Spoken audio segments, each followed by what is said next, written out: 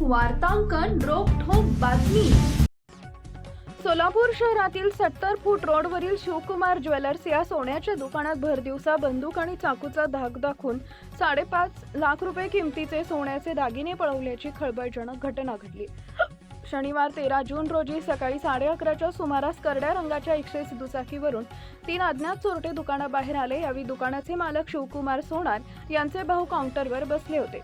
चोरट्यांनी दुकानात शिरून थेट त्यांच्यावर बंदूक आणि चाकू रोखला।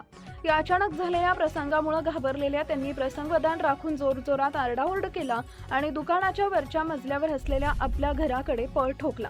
त्यांच्या आरडाओरड्यामुळे चोरट्यांची चांगलीच तारांबळ उडाली।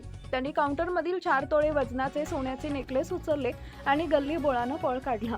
या घटनेची माहिती मिळताच पोलीस उपायुक्त प्रीतम यावलकर, वरिष्ठ पोलीस निरीक्षक नामदेव बंडगर आणि गुन्हे शाखेचे वरिष्ठ निरीक्षक अरविंद माने यांनी फौज फाट्यासह घटनास्थळी धाव घेतली। सध्या पोलिसांनी परिसरात लावलेले सीसीटीव्ही कॅमेरे तपासण्यास सुरुवात केली असून चोरटे नेमके कुठे गेले याचा माग काढला जातोय। या घटनेमुळे परिसरात भीतीचे वातावरण पसरले असून चोरट्यांवर गुन्हा दाखल करण्याची प्रक्रिया सुरू आहे। दरोडेखोर ज्या करड्या रंगाच्या एक्सेस दुचाकीवरून तिघे ट्रिपल सीट आले होते, ती गाडी दुकानाबाहेरच सोडून गल्लीबोळानं पळून गेले। ही दुचाकी दरोडेखोरांनी चोरीसाठी अन्य कोणाची तरी चोरून आणली असावी अशी पोलिसांची दिशाभूल करण्यासाठी ती घटनास्थळीच सोडून पळ काढला अशी चर्चा घटनास्थळी रंगली होती।